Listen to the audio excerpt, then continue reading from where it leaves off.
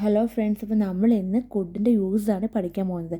അപ്പോൾ കുഡ് എവിടെയൊക്കെ യൂസ് ചെയ്യാം, എങ്ങനെ യൂസ് ചെയ്യാം എന്നതൊക്കെ. അപ്പോൾ ആദ്യമായിട്ട് നമ്മൾ എപ്പോഴും ഓർത്തിരിക്കേണ്ടതെന്ന് പറഞ്ഞാൽ ക്യാനിൻ്റെ പാസ്റ്റ് ഫോമാണ് കുഡ്. അപ്പോൾ നമുക്കിവിടെ 5 പോയിൻറ്റ്സ് കാണാം. അപ്പോൾ ഫസ്റ്റ് പോയിൻ്റ് എന്താ, ഇവിടെ എവിടെയൊക്കെ എത്ര പോയിൻറ്റ്സിലാണ് നമുക്ക് കുഡ് യൂസ് ചെയ്യാൻ പറ്റുന്നത് നമുക്ക് നോക്കാം. ഇത് ജസ്റ്റ് നമ്മൾ ഓർത്ത് വെച്ചേക്കുക. ഫസ്റ്റ് പോയിൻ്റ് എവിടെയാണ്, പാസ്റ്റ് എബിലിറ്റി, കഴിഞ്ഞ കഴിവ്. അപ്പോൾ പണ്ട് കാലത്തെ ഒരു കഴിവിനെ പറ്റി പറയാൻ വേണ്ടിയിട്ട് നമുക്ക് അവിടെ കുഡ് യൂസ് ചെയ്യാൻ പറ്റും. പൊളൈറ്റ് റിക്വസ്റ്റ്, വിനയത്തോടെ അഭ്യർത്ഥിക്കാൻ വേണ്ടിയിട്ട് കുഡ് യൂസ് ചെയ്യാം. തേർഡ് പോയിൻ്റ് എന്താ, അനുമതി, പെർമിഷൻ. അപ്പോൾ അവിടെ കുഡ് യൂസ് ചെയ്യാം അങ്ങനെ ഒരു സെൻറ്റൻസ് വന്നാൽ. ഫോർത്ത് പോയിൻ്റ് സാധ്യത, പോസിബിലിറ്റി. അപ്പം അങ്ങനെ ഒരു സിറ്റുവേഷൻസ് വന്നാൽ നമുക്ക് കുഡ് യൂസ് ചെയ്യാൻ പറ്റും. ഫിഫ്ത്ത് പോയിൻ്റ് എന്താ, സജഷൻസ്, ഉപദേശം. ആരെങ്കിലും ഉപദേശിക്കുന്ന ഒരു സിറ്റുവേഷൻസ്, അങ്ങനെ ആ ഒരു സെൻറ്റൻസ് അവിടെ അങ്ങനെ ഒരു സിറ്റുവേഷൻസ് നമുക്ക് കുഡ് യൂസ് ചെയ്യാൻ പറ്റും. അപ്പോൾ ടോട്ടൽ നമ്മളിപ്പോൾ കണ്ടു 5 പോയിൻറ്റ്സ് ഉണ്ട്. ഈ 5 പോയിൻറ്റ്സ് ജസ്റ്റ് നമ്മളൊന്ന് ഓർത്ത് വെച്ചിരുന്നാൽ മതി എവിടെയൊക്കെ കുഡ് യൂസ് ചെയ്യാന്നുള്ളത്. അപ്പോൾ നമ്മൾ ഓരോ പോയിൻറ്റ്സും എക്സ്പ്ലെയിൻ ചെയ്ത് വിത്ത് എക്സാമ്പിൾസോടെ നമുക്ക് പഠിക്കാം. അപ്പം ഫസ്റ്റ് പോയിൻ്റ് പാസ്റ്റ് എബിലിറ്റി, കഴിഞ്ഞ കഴിവ്. അപ്പം ഇവിടെ ഒരു എക്സാമ്പിൾ എഴുതാൻ പോവുകയാണ് ഞാൻ. എക്സാമ്പിൾ എനിക്ക് 5-ാം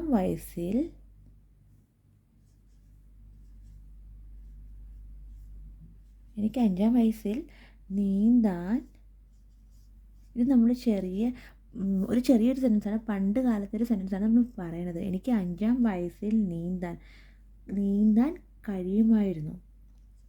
എനിക്ക് 5-ാം വയസ്സിൽ നീന്താൻ കഴിഞ്ഞിരുന്നു. അപ്പം ഇതെന്താ, നമ്മുടെ ഒരു ടാലൻ്റാണ്, പണ്ടത്തെ ഒരു എബിലിറ്റിയാണ് പണ്ടത്തെ. അപ്പോൾ എനിക്ക് 5-ാം വയസ്സിൽ നീന്താൻ കഴിഞ്ഞിരുന്നു. അപ്പം ഇത് നമ്മളിവിടെ ഓൾറെഡി പറയുന്നുണ്ട്. ഫസ്റ്റ് പോയിന്റ് എന്ന് പറഞ്ഞാൽ എന്താ, പാസ്റ്റ് എബിലിറ്റി, കഴിഞ്ഞ കഴിവ്. അപ്പോൾ പണ്ടത്തെ ഒരു കഴിവാണ് ഇവിടെ ഉദ്ദേശിക്കുന്നത്. എനിക്ക് 5-ാം വയസ്സിൽ നീന്താൻ കഴിഞ്ഞിരുന്നു. അപ്പോൾ ഇതെങ്ങനെ നമുക്ക് ഇംഗ്ലീഷിലോട്ട് പറയാം. അപ്പോൾ ഇവിടെ എനിക്കെന്ന് വെച്ചാൽ എന്താ, നീന്തുകയുടെ ഇംഗ്ലീഷ് വേർഡ് എന്താ, സ്വിം. അപ്പോൾ എങ്ങനെ നമുക്കിത് എഴുതാൻ പറ്റുമോ,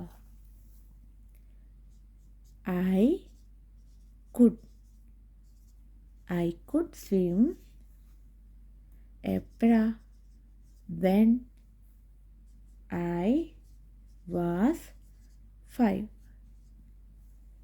I could swim when I was 5. എനിക്ക് 5-ാം വയസ്സിൽ നീന്താൻ കഴിഞ്ഞിരുന്നു. അപ്പം ഇതൊരു പാസ്റ്റ് എബിലിറ്റി, കഴിഞ്ഞു പോയൊരു കഴിവിനെ പറ്റി പറയണ ഒരു എക്സാമ്പിളാണ്. അപ്പം നമുക്ക് സെക്കൻഡ് പോയിന്റ് പഠിക്കാം. അപ്പോൾ സെക്കൻഡ് പോയിന്റ് എന്താ, പൊളൈറ്റ് റിക്വസ്റ്റ്, വിനയത്തോടെ അഭ്യർത്ഥിക്കാൻ. അപ്പോൾ ഇതിൻ്റെ എക്സാമ്പിൾ നമുക്ക് എഴുതാം. ദയവായി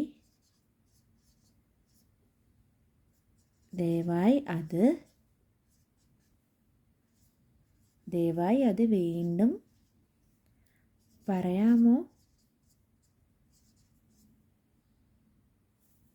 ഇത് റായാണ്. ദയവായി അത് വീണ്ടും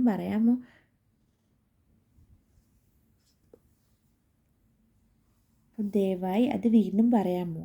അപ്പോൾ ഇങ്ങനെ ഇത് നമ്മൾ കുഡ് യൂസ് ചെയ്തിട്ട് എങ്ങനെ ഇംഗ്ലീഷിലോട്ട് എഴുതാമെന്ന് നോക്കാം. അപ്പോൾ ഇവിടെ അത് വീണ്ടും, അതെന്ന് വെച്ചാൽ എന്താ, ദാറ്റ്. വീണ്ടും ഇംഗ്ലീഷ് വേർഡ് എന്താ, റിപ്പീറ്റ്. അപ്പം നമുക്ക് നോക്കാം എങ്ങനെ എഴുതണ്ടേ. ദയവായി അത് വീണ്ടും പറയാമോ. അപ്പോൾ കുഡ് ചേർത്തിട്ട് എങ്ങനെ എഴുതണേ നോക്കാം.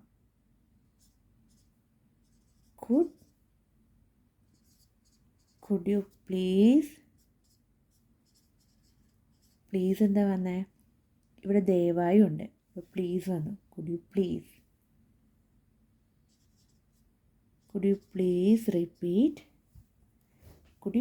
repeat that. ഈ ദാറ്റ് വരാൻ കാരണം എന്താ, അത്. Could you please repeat this ആയിരുന്നെങ്കിൽ ഇവിടെ ഇതെന്ന് വരുമായിരുന്നു. ദയവായി ഇത് വീണ്ടും പറയാമോ. ഇപ്പോൾ ഇവിടെ ദാറ്റ് വന്നത് അതെന്നാണ്. അപ്പോൾ ദയവായി അത് വീണ്ടും പറയാമോ. Could you please repeat that. അപ്പോൾ ഇതൊരു പൊളൈറ്റ് റിക്വസ്റ്റാണ്, നമ്മൾ വിനയത്തോടെ അഭ്യർത്ഥിക്കുകയാണ്. Could you please repeat that. അതാണ് സെക്കൻഡ് പോയിന്റ്. അപ്പോൾ നമുക്ക് തേർഡ് പോയിന്റ് പഠിക്കാം. തേർഡ് പോയിന്റ് എന്താ, പെർമിഷൻ, അനുമതി. നമ്മൾ പെർമിഷൻ ചോദിക്കുക, അനുമതി ചോദിക്കുക. അപ്പം ഇതിൻ്റെ ഒരു എക്സാമ്പിൾ നമുക്ക് നോക്കാം എന്താണെന്ന്. ഞാൻ നിങ്ങളുടെ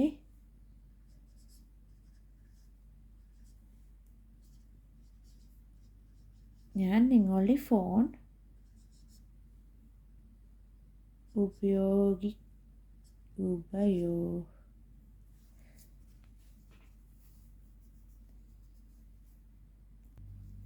ഉപയോഗിച്ചോട്ടെ. അപ്പം എന്താ എക്സാമ്പിൾ എന്ന് വെച്ചാൽ ഞാൻ നിങ്ങളുടെ ഫോൺ ഉപയോഗിച്ചോട്ടെ. ഇതെങ്ങനെ നമുക്ക് ഇംഗ്ലീഷിലോട്ട് പറയാം. അപ്പോൾ ഇവിടെ ഞാൻ എന്ന് വെച്ചാൽ എന്താ, ഐ, നിങ്ങളുടെ, യുവർ ഫോൺ ഉപയോഗിച്ചോട്ടെ. ഉപയോഗിക്കുകയുടെ ഇംഗ്ലീഷ് വേർഡ് എന്താ, യൂസ്. അപ്പോൾ നമുക്ക് ഇംഗ്ലീഷിൽ എഴുതാം.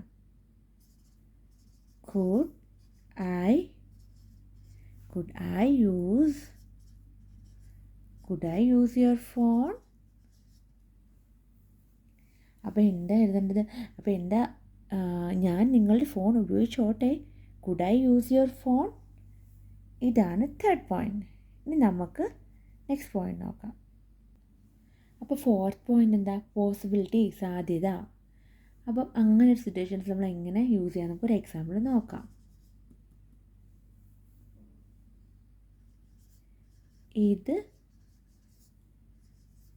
ഇതായിരിക്കും ഉത്തരം. അപ്പോൾ ഇതെന്ന് പറഞ്ഞാൽ എന്താ, ദിസ്. ഉത്തരം എന്ന് പറഞ്ഞാൽ ആൻസർ. അപ്പോൾ എങ്ങനെ എഴുതാൻ നോക്കാം. ഇതൊരു പോസിബിലിറ്റി അല്ലേ പറയണേ. ഇത് ആയിരിക്കും ഉത്തരം, ആയിരിക്കും സാധ്യത, പോസിബിലിറ്റി. അപ്പോൾ ഇതെങ്ങനെ എഴുതാൻ നോക്കാം. ദിസ്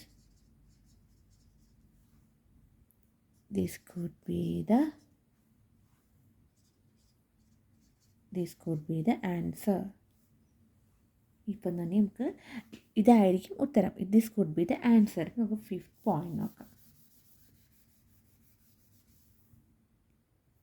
ഫിഫ്ത്ത് പോയിന്റ് എന്താ, സജഷൻസ്. സജഷൻസ് എന്ന് വെച്ചാൽ എന്താ, ഉപദേശം.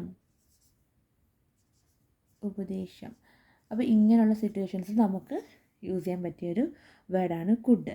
അപ്പോൾ ഒരു എക്സാമ്പിൾ നമുക്കിവിടെ നോക്കാം എന്താണെന്ന്. നിനക്ക് ഈ രീതിയിൽ ശ്രമിക്കാലോ.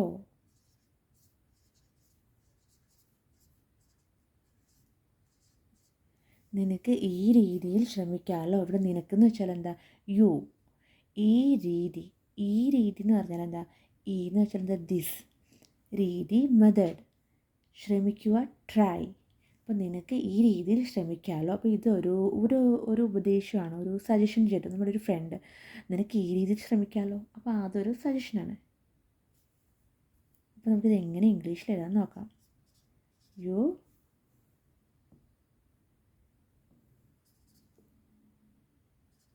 You could try this method.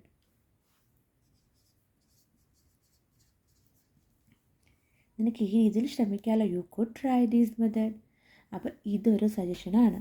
അപ്പം നമ്മൾ ടോട്ടൽ ഇപ്പോൾ നിങ്ങൾക്കറിയാം, ടോട്ടൽ 5 പോയിൻറ്റ്സ് പഠിച്ചു. കുഡ് എവിടെയൊക്കെ യൂസ് ചെയ്യാമെന്നുള്ള 5 പോയിൻറ്റ്സ് പഠിച്ചു. അപ്പോൾ നമുക്ക് ഒന്നും കൂടെ നോക്കാം കുഡ് എവിടെയൊക്കെ യൂസ് ചെയ്യാമെന്ന്. ഫസ്റ്റ് പോയിൻറ്റ് എവിടെയാ, കഴിഞ്ഞ കഴിവ്, പാസ്റ്റ് എബിലിറ്റി, കഴിഞ്ഞു പോയൊരു എബിലിറ്റി. സെക്കൻഡ് പോയിൻറ്റ് വിനയത്തോടെ ചോദിക്കാൻ വേണ്ടിയിട്ട്, പൊളൈറ്റ് റിക്വസ്റ്റ്. തേർഡ് പോയിൻറ്റ് അനുമതി ചോദിക്കാൻ വേണ്ടിയിട്ട്, പെർമിഷൻ ചോദിക്കാൻ വേണ്ടിയിട്ട് നമുക്ക് കുഡ് യൂസ് ചെയ്യാൻ പറ്റും. ഫോർത്ത് പോയിൻറ്റ് പോസിബിലിറ്റി, സാധ്യത. ഫിഫ്ത്ത് പോയിൻറ്റ് എന്താ, ഉപദേശം, സജഷൻസ്.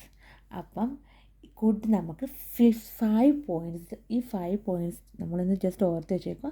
അപ്പോൾ ഈ 5 പോയിൻറ്റ്സ് നമുക്ക് കുഡ് യൂസ് ചെയ്യാൻ കഴിയും. അപ്പം പിന്നെ മെയിനായിട്ട് ഞാൻ പറഞ്ഞത് കുഡ് എന്ന് പറഞ്ഞാൽ ക്യാനിൻ്റെ പാസ്റ്റ് ഫോമാണ്. അപ്പോൾ ഇതും കൂടെ ഓർത്ത് വെച്ചാൽ, ഈ 5 പോയിൻറ്റ്സും കൂടെ ഓർത്ത് വെച്ചാൽ നമുക്ക് കുഡ് എവിടേക്കാണ് യൂസ് ചെയ്യാൻ പറ്റുന്നതെന്ന് നമുക്ക് നല്ല ക്ലിയർ ആയിട്ട് മനസ്സിലാക്കാൻ പറ്റും. ഓക്കെ ഫ്രണ്ട്സ്, അപ്പോൾ അടുത്ത ക്ലാസ്സിൽ നമുക്ക് വീണ്ടും കാണാം. ബൈ.